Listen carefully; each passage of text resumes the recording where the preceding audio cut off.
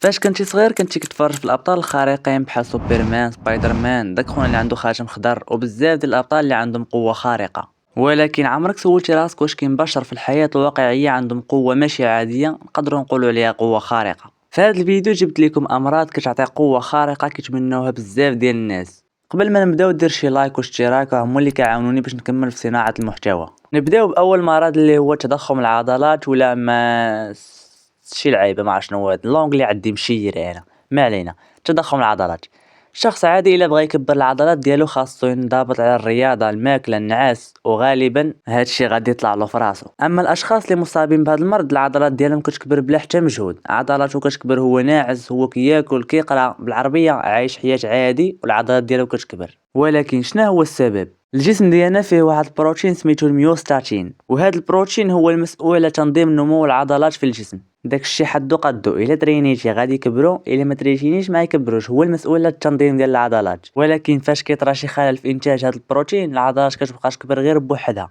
دابا انت غالبا كتقول سعداتو ولكن لا. الناس المصابين بهذا المرض كيعانيو. الا عقلتي قلت لك ان العضلات كتكبر ماشي الجسم كامل. العظام كتولي هازه حمل كبير والقلب كيبذل مجهود اكثر من الاستطاعه ديالو.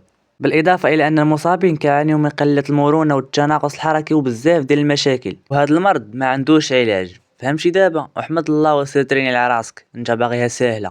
ثاني مرض عندنا في هذا الفيديو هو فرط الاستذكار. هي واحد الحاله نادره المصاب بها كيتميز بقدره استثنائيه على تذكر تفاصيل حياته اليوميه بدقه كبيره بحال التواريخ والاحداث وشي حاجه طرات دازت عليها سنوات طويله كتبقى مسجله في راسه. ما كيعنيش ان الشخص كيكون عنده ذكاء خارق لا غير كيعقل على التفاصيل الصغيره. عاوتاني دابا انت عاجبك هذا المرض ولكن لا الناس اللي مصابين به ما عاجبهمش الحال حيت عنده سلبيات كثيره بحال انهم ما كيقدروش ينساو الاحداث السلبيه والمؤلمه اللي عاشوها وهذا الشيء كيزيد من التوتر والقلق والضغط النفسي. بالاضافه الى ان كثره الذكريات اللي في راسهم كتشتت الانتباه وكتجيهم صعوبه في التركيز على الحاضر وهذا الشيء طبيعه الحال ما عندوش علاج. ثالث مرض وهو يورباش. ما علينا. الناس اللي كيجيهم هذا المرض ما كيعرفوش شي حاجه سميتها الخوف. الخوف عنده ما اشاعه. يقدر يكون غادي وسط ديال افريقيا يخرجوا له قطيع ديال الاسود وعادي ما عنده حتى مشكل. حنا تزادينا قباح ما عمرهم حسوا بالخوف وما عمرهم في حياتهم يحسوا به. عجبك هذا المرض ياك؟ ايوا خليني نقول لك بان الخوف هو طريقه كيحمي بها الانسان نفسه فاش كيكون شي خطر عليه. والا ما كانش الخوف صدقني انه ماشي حاجه زوينه. نعطيك مثال. الا كنتي كتقرا وخفتي ما تنجحش في الامتحان الخوف هو اللي يخليك تراجع باش ما تخسرش. والا ما كانش الخوف ما تراجعش وفي الاخر الله يحفظ غتسقط.